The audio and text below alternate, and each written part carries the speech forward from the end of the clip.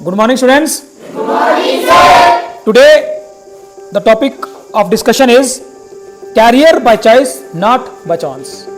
कि आप जो आफ्टर क्लास 10th आप अपनी एक स्ट्रीम चुनोगे, है ना? और ये स्ट्रीम कैसे चुननी है आपने? अपना इंटरेस्ट देखना है आपने, आपको किस चीज में इंटरेस्ट है, क्योंकि उसी स्ट्रीम पे फिर आगे जाके आपका कैरियर डिपेंड करेगा।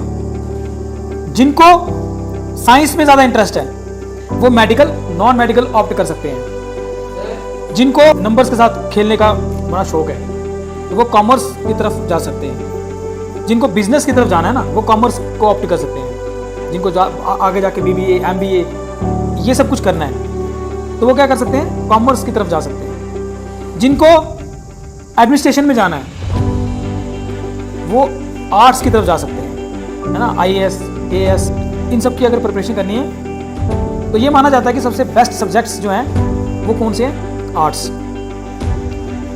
इन सब्जेक्ट्स को अगर आप पढ़ोगे तो आप इन कैरियर ऑप्शन की तरफ जा सकते हो। तो बात यह है कि आफ्टर क्लास 10th जब आप अपनी स्ट्रीम चुनोगे उसी स्ट्रीम पे डिपेंड करेगा आपका फ्यूचर, उसी स्ट्रीम पे डिपेंड करेगा आपका कैरियर।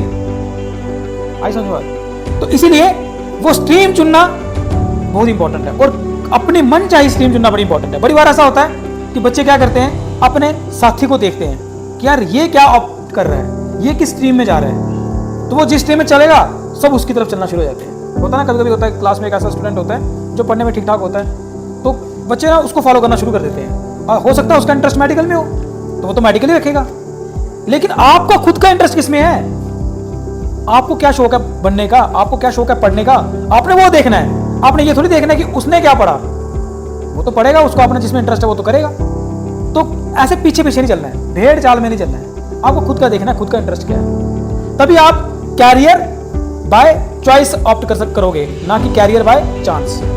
जैसे ढेर सारे ऑप्शंस हैं आफ्टर क्लास 12। आप जैसे यहाँ देखो, आप सिविल इंजीनियरिंग कर सकते हो, आप फैशन डिजाइनर बन सकते हो, आप डॉक्टर बन सकते हो, एग्रीकल्चर ऑफिसर बन सकते हो, रेडियोलॉजिस्ट बन सकते हो, टीचर, तो कितने ढेर सारे ऑप्शंस हैं। लेकिन इन ऑप्शंस की तरफ आप तभी प्रोसीड कर पाओगे जब आपको ये पता होगा कि क्लास 12th में आपने, क्लास 10th के बाद क्लास 12th में आपने क्या सब्जेक्ट्स ऑप्ट करने हैं। और इन सब्जेक्ट्स को जैसे मैंने आपको बता दिया कि आपने ये सब्जेक्ट्स कैसे लेने हैं, वो आपके खुद के इंटरेस्ट पे डिपेंड करना चाहिए, है ना?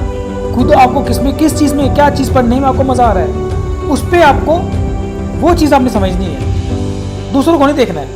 और फिर आपने वो सब्जेक्ट्स वो ऑप्ट करने हैं। जैसे कि देखो, आप आयुर्वेदिक डॉक्टर बन सकते हो, है ना? आयुर्वेदिक डॉक्टर बन सकते हो। इसमें आपको क्या करना होता है, BAMS जैसे MBBS होता है ना, इसी तरह से आयुर्वेदिक डॉक्टर बनने के लिए आपको क्या करना पड़ता है, bachelor of Ayurvedic medicine and surgery करना पड़ता है।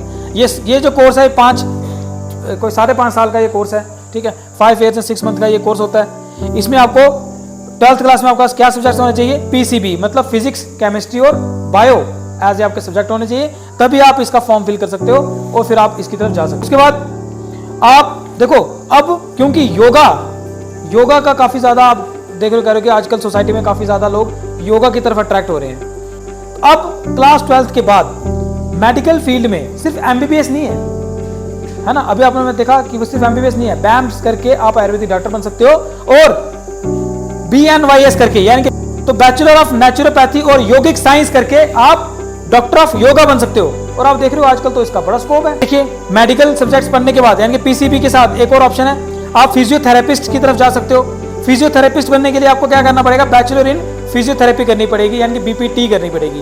ये कोर्स 4 years और 6 month का ये कोर्स होता है और इसके लिए भी आपको फिजिक्स, केमिस्ट्री और बायो आपकी होनी चाहिए क्लास 12th में। कुछ स्टूडेंट्स होते हैं ना, उनका इंटरेस्ट होता है मैथमेटिक्स में, है ना, फिजिक्स में, तो आप फिजिक्स, केमिस्ट्री और मैथमेटिक्स अगर आपने रखा हुआ है क्लास 12th में तो आपके लिए एक बहुत अच्छा ऑप्शन है कि आप इंजीनियरिंग की तरफ जा सकते हो। इंजीनियरिंग में आप सिविल इंजीनियरिंग की तरफ भी जा सकते हो, है ना? ये भी 4 साल का कोर्स होता है। इसके लिए भी क्लास 12th में आपके पास क्या होना चाहिए, फिजिक्स, केमिस्ट्री और मैथमेटिक्स होना चाहिए। अगर आपने BSc ऑनर्स किया एग्रीकल्चर में, ये भी 4 साल का कोर्स होता है, तो आप क्या बन सकते हो, एग्रीकल्चर ऑफिसर भी बन सकते हो। आप bachelor of designing in interior designing कर सकते हो, ये भी 4 साल का कोर्स होता है। और यहाँ पर जरूरी नहीं है कि आपके पास नॉन मेडिकल और मेडिकल सब्जेक्ट्स होने चाहिए, आप किसी भी डिसिप्लिन में हो, आप चाहे आर्ट्स के स्टूडेंट हो, चाहे आप मेडिकल नॉन मेडिकल रखा हुआ है, चाहे आपने कॉमर्स रखा हुआ है, कोई भी आपका डिसिप्लिन हो, और आप क्या कर सकते हो, अगर आपका इंटरेस्ट किसमें, इंटीरियर डिजाइनिंग में है, तो आप bachelor of designing in interior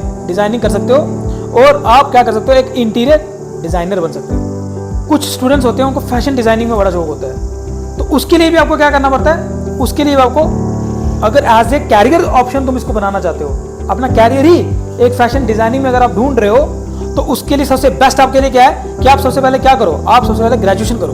किसमें करो, bachelor of designing in fashion designing में करो। तो इसमें अगर आप ग्रेजुएशन करते हो, ये भी 4 साल का कोर्स होता है, इसमें भी आपको क्लास 12th में चाहे आप किसी भी स्ट्रीम से हो, arts, commerce, medical, non medical, चाहे किसी भी स्ट्रीम से हो, आप इसमें भी अपना कैरियर ऑप्शन सर्च कर सकते हो। और अगर आपको इंटरेस्ट है फैशन डिजाइनिंग में, तो आप इस फील्ड में ग्रेजुएशन करके इसी फील्ड में और अच्छा कर सकते हो, इसी फील्ड में आगे बढ़ सकते हो। बैचलर ऑफ आर्ट्स कर सकते हो ऑनर्स में। ऑनर्स का मतलब होता है कि आप एक ही सब्जेक्ट में ग्रेजुएशन करोगे। जैसे अगर आपका इंटरेस्ट पॉलिटिकल साइंस में है, तो आप political science as a subject 4 साल मतलब पूरी आपने ग्रेजुएशन करनी है और पॉलिटिकल साइंस को ही पढ़ना है। तो ये बहुत एक अच्छी चीज़ हो गई है, क्योंकि अगर आप ऑनर्स करते हो ना, उससे आपके बड़े ऑप्शंस खुल जाते हैं। एक तो आप सिविल सर्विसेज की तरफ भी जा सकते हो, क्योंकि आपको तो सब्जेक्ट के बारे में डीप नॉलेज होगी। दूसरा, आप नेट स्लेट के एग्जाम्स होते हैं, नेशनल एलिजिबिलिटी टेस्ट होता है लेक्चरर के लिए, तो आप लेक्चरर की तरफ जा सकते हो। मतलब आपके पास तो ऑप्शन बड़े हो गए हैं ना, आप सिविल सर्विस की तरफ भी जा सकते थे और साथ में आप टीचिंग लाइन में भी जा सकते हो। आजकल आपने देखा मीडिया का बड़ा ज़्यादा स्कोप है, तो आप अगर आपको मीडिया में ज़्यादा इंटरेस्ट है, अगर आपको जर्नलिस्ट बनना है, तो उसके लिए भी एक ऑप्शन होता है हमारे पास, आपको BA जर्नलिज्म करनी पड़ेगी। अगर आपने BA जर्नलिज्म की होगी, तो आप इस मास एंड कम्युनिकेशन में अपना कैरियर बना सकते हो। क्लास 12th में कोई भी सब्जेक्ट हो आपके, चाहे मेडिकल, नॉन मेडिकल, आर्ट्स, कुछ भी हो आपका, लेकिन अब आपको लग रहा है कि आपका इंटरेस्ट जर्नलिज्म की तरफ है, तो आप क्या करिए, आप BA जर्नलिज्म की तरफ जाइए। BA जर्नलिज्म अगर आपने की होगी, तब आप क्या कर सकते हो, आप मीडिया में भी अपना कैरियर बना सकते हो। तो देखो बच्चों, आपको अपना कैरियर हमेशा आपने अपना कैरियर बनाना कैसे है, अपना इंटरेस्ट देखना है। स्टार्टिंग में जैसे मैंने आपको बताया, आपको किस में इंटरेस्ट है वो देखिए। अगर आप अपनी हॉबी को ही अपना कैरियर बना देंगे ना, तो आपको बड़ा मजा आएगा जिंदगी जीने में, है ना। क्योंकि आपको फिर काम नहीं लगेगा, काम आपका एक शौक होगा, तो फिर तो आप बड़े मजे से चीजें करेंगे, है ना।